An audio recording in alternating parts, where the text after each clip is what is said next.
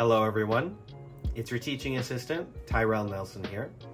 Today I want to go over with you CAPM and how we can use CAPM to calculate required returns on investment and expected returns on investment. So in order to understand CAPM, we need to understand that there are certain assumptions that we have to make in order for it to make any sense. So one of those assumptions is that the market is entirely efficient, which means there's no arbitrage opportunity in the market. Okay, that's one assumption.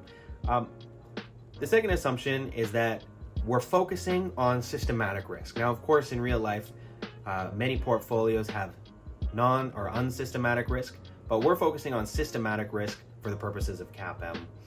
And finally, another concept which is key to CAPM is the idea of a risk premium. So in CAPM, we have something called the risk-free rate.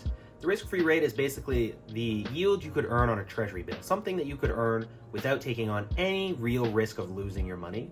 In order to be incentivized to take on additional risk by purchasing a stock, for example, CAPM says that you need to be compensated for that, and that's called a risk premium.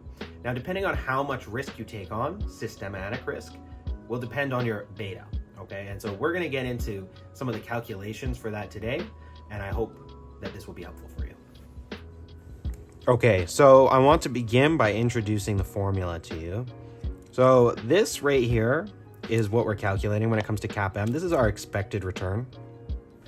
So ER just means expected return, and then we have a cursive I, which is just the return on the asset. Our RF here, this is our return on the risk-free asset, okay? Okay, so then we have this term over here. This is the second term, so this is the risk-free portion. Over here, we have beta. Okay, and beta is basically the risk relative to the market, or the amount of volatility that this particular stock has. Okay, this right here together in parentheses is also referred to as the risk premium.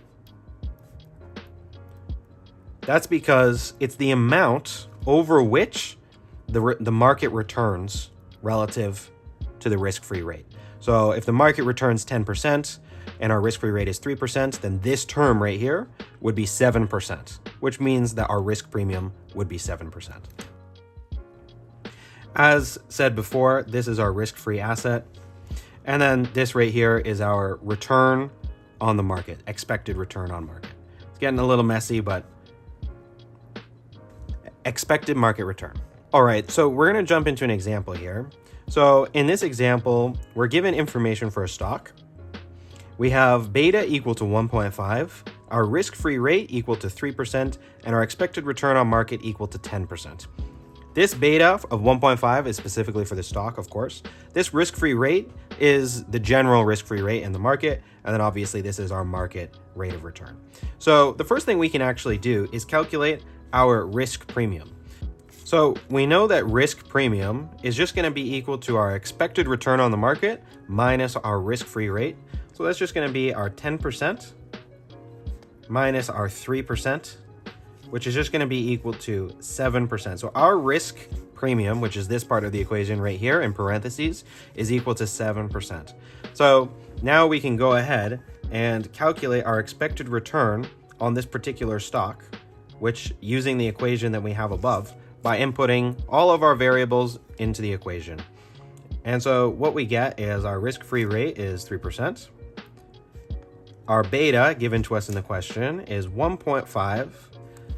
Then we're going to multiply that by the risk premium, which is this in the parentheses, which we calculated before, which is 0.07.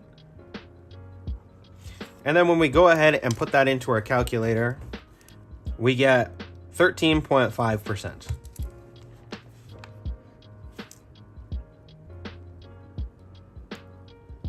So in this particular question, we know that our stock is going to return a higher rate of return than our expected market return. This is based on CAPM theory, which states that when our beta is higher than 1, so in other words, it has more volatility than the stock market, our expected return on this particular asset is going to be higher. Okay? If we had changed this 1.5 to 2, for example, so now if we have all these same parameters, right? These same parameters here. Down here, so risk-free rate equal to 3%, and then our expected return on the market equal to 10%, right? So nothing about the market has changed, but now our beta is a little bit different.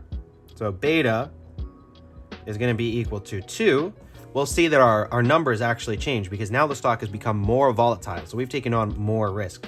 So for this particular stock, right, we'll call this the expected return on asset A. What we're actually going to find is that, of course, our risk-free rate is the same, but our beta is now 2. So it's 2 times our risk premium, which is the premium that we receive for holding a risky asset. We multiply 2 by 0.07, we get 14. We add that to 3, and we get 17. As I was going over that footage, I noticed I started to run out of room on the page there on the camera. So just to quickly go over, our return on this asset, this new asset, asset A, given the increased beta, has gone up to 17%. This is an increase over the previous asset, which had a beta of 1.5 and a return of 13.5%, because we've taken on more risk. More risk equals more return. This is a general rule in finance. It holds true in CAPM. It holds true in a lot of contexts. If we're taking on more risk, by definition, the rational investor wants more expected return. And if you take nothing else from CAPM, that's what you want to take. In this context, remember, beta measures systematic, which is also known as the market risk. So these are risks that affect all stocks. It affects the entire economy, not just one particular stock. So more systematic risk, which you cannot diversify out of a portfolio, that means you're going to be taking on a higher return. Right? More risk, more return. All right, everyone. I hope this video helped you understand CAPM, especially as it relates to calculating required returns and returns on investment. If you have any other questions related to CAPM or anything else we've gone over, please don't hesitate to reach out. I'm always available via email. But until then, good luck with your studies.